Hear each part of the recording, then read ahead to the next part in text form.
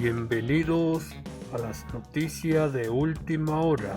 Un marco de entendimiento entre Irán y Estados Unidos, un marco de entendimiento que deja cosas claras de cara a los próximos 60 días, pero que deja un mar de incertidumbres en el momento en el que el reloj precisamente llegue a la final de esta cuenta. Todo mientras, eso sí, es un día de celebración, al menos para el presidente iraní, Masoud Pezeshkian, que ha publicado en X el texto completo del memorando de entendimiento firmado entre Irán y Estados Unidos, calificándolo como un acuerdo histórico. Pezeshkian afirmó que la República Islámica está comprometida con la paz mundial, pero sin renunciar a su dignidad, independencia y desarrollo regional. Según el mandatario, la paz entre ambos países solo será posible bajo el principio de respeto mutuo. El texto confirma las condiciones ya adelantadas, incluida una fase inicial de negociación de 60 días, que podrá extenderse si ambas partes lo acuerdan. También establece que Washington y Teherán iniciarán conversaciones para un acuerdo final tras la firma del memorando. El primer ministro pakistaní, Shehbaz Sharif, confirmó que la firma tuvo lugar anoche, consolidando el papel de Pakistán como mediador en una de las negociaciones más importantes de la crisis regional.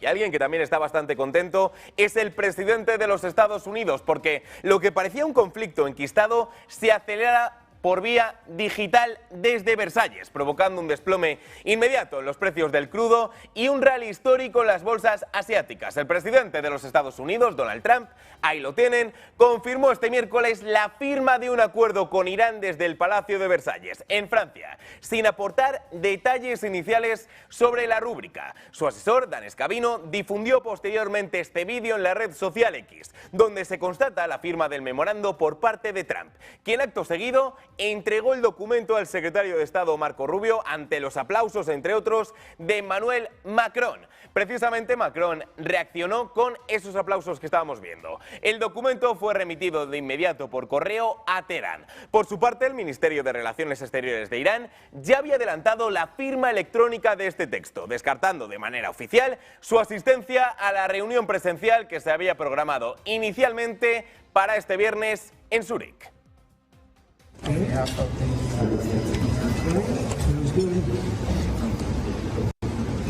This was not easy, I can tell you.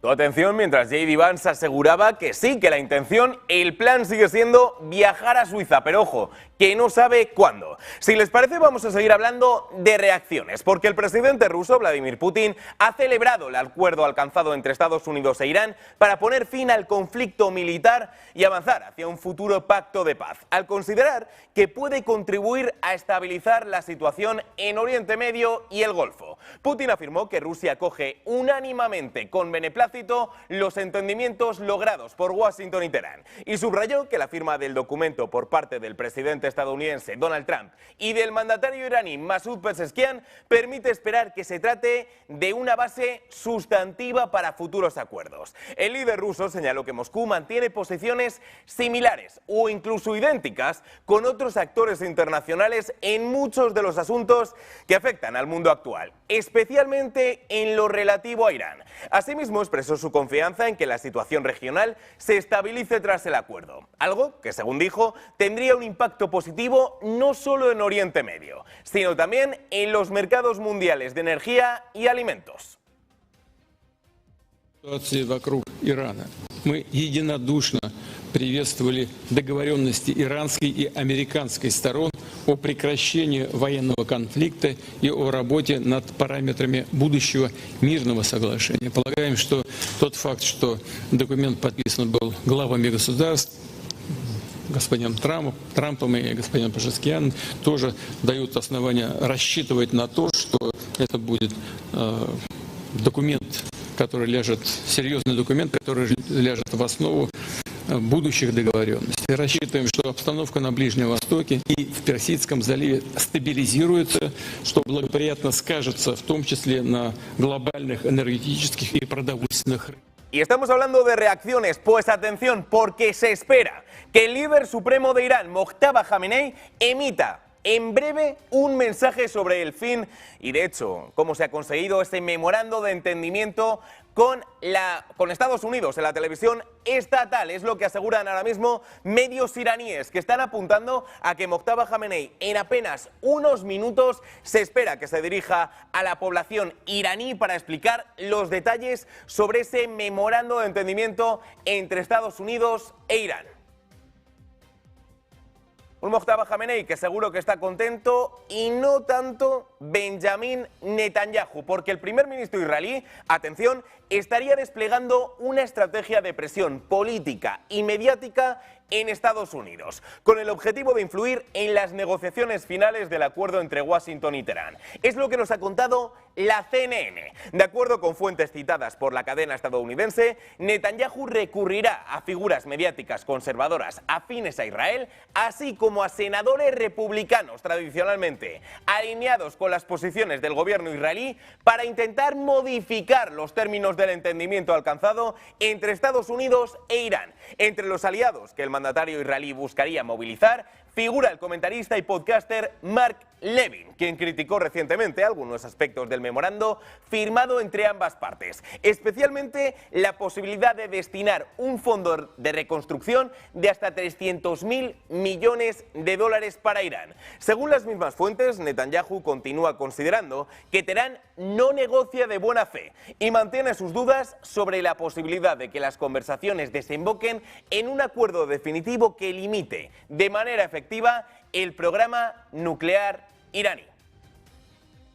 Y atención, porque el presidente de los Estados Unidos, Donald Trump, afirmó que podría respaldar al primer ministro israelí Benjamin Netanyahu en las próximas elecciones de Israel, aunque aclaró que su decisión dependerá de quién sea el candidato que se enfrente al actual jefe de gobierno. Según ha informado Can News, Trump señaló que evaluará el escenario electoral antes de pronunciarse sobre un eventual apoyo público a Netanyahu, en un momento en el que las relaciones entre ambos líderes atraviesan una etapa de tensiones por el reciente acuerdo alcanzado entre Washington e Irán. Las declaraciones se producen pocas semanas después de que Trump cuestionara abiertamente si Netanyahu desea continuar en la política israelí y alabara su trayectoria como un primer ministro en tiempos de guerra. Pese a esas dudas expresadas por el mandatario estadounidense, el partido Likud ha reiterado que Netanyahu concurrirá a las próximas elecciones legislativas. La posibilidad de un respaldo de Trump podría tener relevancia en la campaña israelí,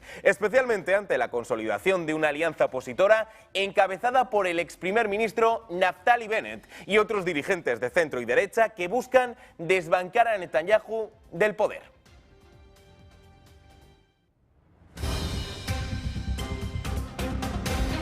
Estamos hablando precisamente de las tensiones que hay entre Donald Trump y Benjamin Netanyahu. Y atención, porque no es únicamente algo que se evidencie por parte directa entre estos dos dirigentes. J.D. Vance acaba de terminar hace unos minutos la comparecencia en la que está sustituyendo a Caroline Leavitt como secretario de prensa de la Casa Blanca y se ha referido precisamente a Israel. Se ha referido, de hecho, a la tensión entre Donald Trump y Benjamin Netanyahu. Y ojo, que el vicepresidente de los Estados Unidos tampoco se ha cortado.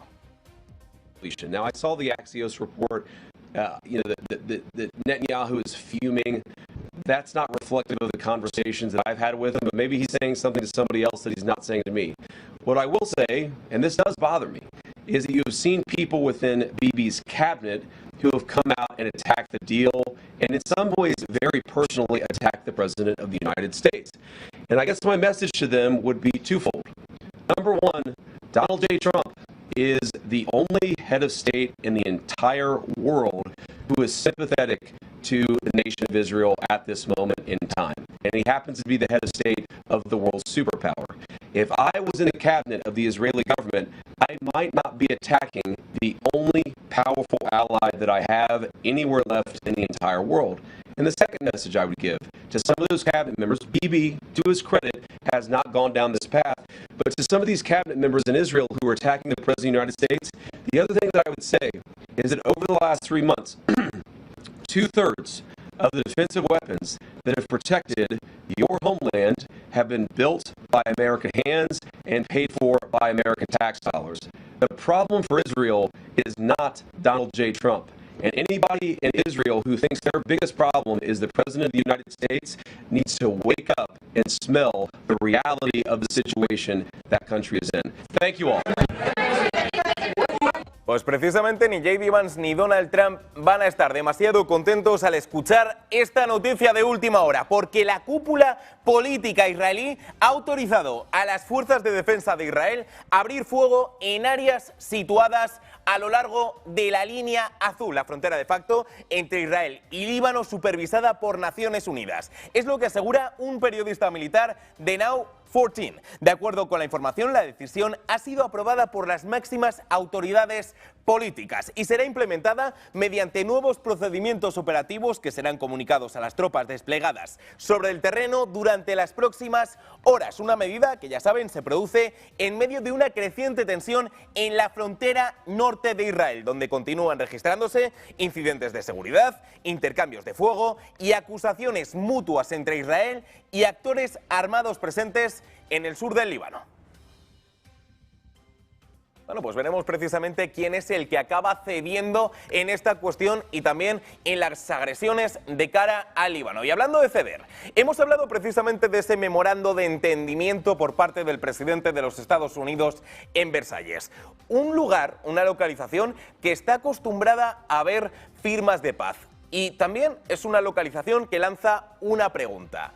¿Ha firmado Donald Trump su rendición? Vamos a echar un vistazo a los puntos en común entre esta firma por parte del presidente de los Estados Unidos en el Palacio de Versalles y también la firma de Alemania para acabar con la Primera Guerra Mundial en esa misma localización. La comparativa está clara, son dos acuerdos que buscan la paz. Desde luego Alemania buscaba la paz después de haber sido derrotada en la Primera Guerra Mundial, y Trump, sobre todo de cara a las elecciones de medio mandato, busca lo mismo. Pero atención, porque Alemania busca la paz después de haber logrado un error estratégico tremendo en la Primera Guerra Mundial. Se veía como ganadora absoluta y de hecho al final tuvieron que ser ellos los que firmasen este acuerdo. Algo parecido podría ser lo que le ocurra al presidente de los Estados Unidos, que ya saben que llevaba desde marzo diciendo que habían acabado con Irán completamente y que se iban a retirar pronto de esta guerra, para ver cómo finalmente pues se ha llegado a ese memorando de entendimiento en el día de ayer.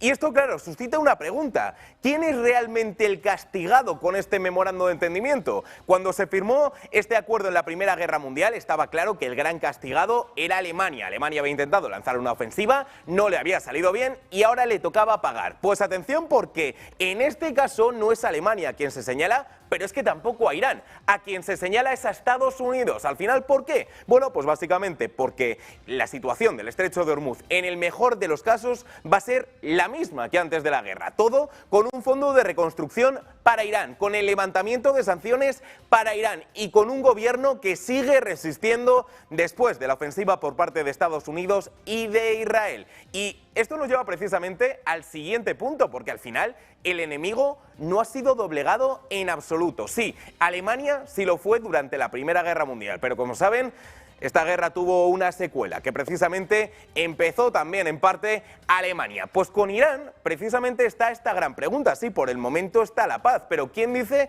que Irán no pueda volver a los ataques viendo este memorando de entendimiento en cierto tiempo? Es una de las grandes preguntas. Claro, todo esto mientras precisamente está la cuestión económica. ¿Por qué Alemania firma, entre otras cuestiones, el acuerdo que finaliza la Primera Guerra Mundial? Porque tenían un miedo tremendo a sufrir una catástrofe económica. Con Donald Trump es parecido, lo dijo el presidente de los Estados Unidos ayer. Si hubiera continuado la guerra, el mundo se habría quedado en 4 semanas sin reservas de petróleo. Y todo además con un último mensaje, un mensaje de debilidad. Cuando Alemania firmó, la percepción que se llevaron los países contendientes fue que Alemania estaba en una posición de debilidad. Ahora es al contrario. Ahora parece ser que es Estados Unidos quien, después de haber firmado este memorando de entendimiento, es el que podría ser percibido como el que menos ventaja tiene. Y ya no es de cara a Irán, ojo, de cara a China.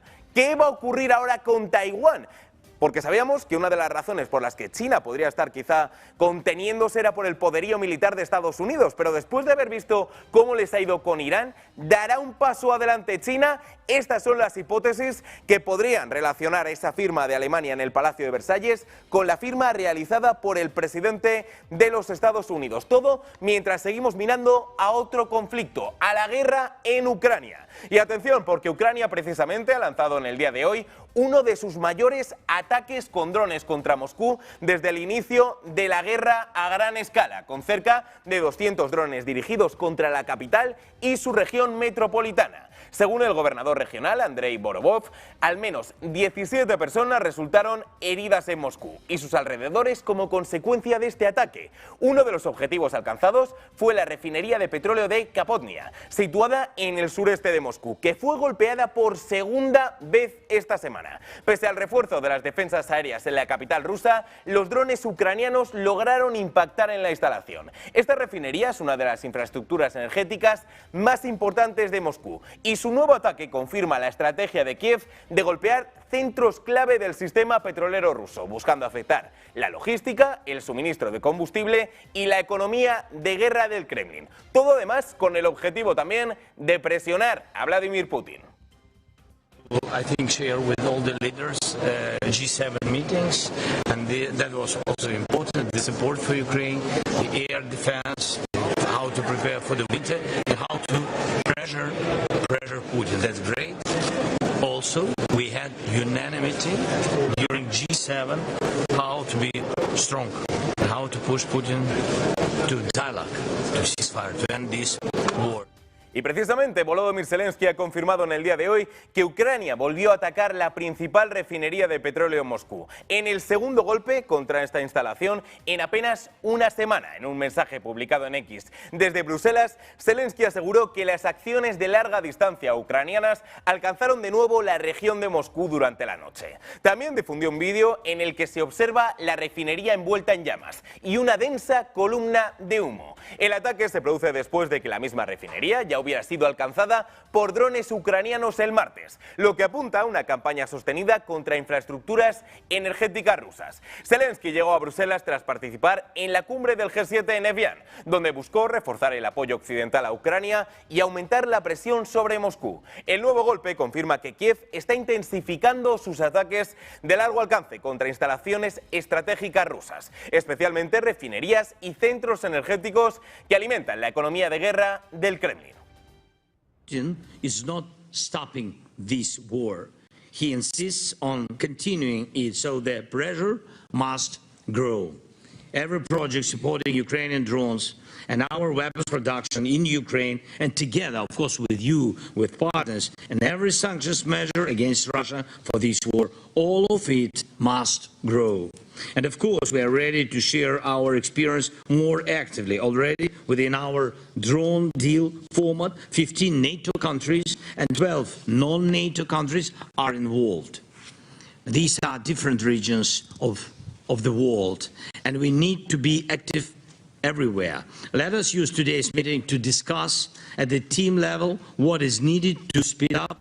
Todo mientras, atención, Estados Unidos está mirando de cerca a Europa, porque el secretario de Guerra de los Estados Unidos, Pete Hegseth, anunció una revisión de 6 meses sobre la presencia militar estadounidense en el viejo continente. Es lo que ha informado Financial Times. La evaluación examinará el despliegue de tropas, recursos e infraestructuras de Washington en el continente, en un momento de creciente debate sobre el reparto de cargas dentro de la OTAN y el papel que debe asumir Europa en su propia defensa. El proceso llega bajo la administración de Donald Trump, que ha presionado repetidamente a los aliados europeos para que aumenten su gasto militar y reduzcan su dependencia de Estados Unidos. La revisión podría tener implicaciones para la estrategia de seguridad europea, especialmente en el contexto de la guerra en Ucrania y de las tensiones con Rusia.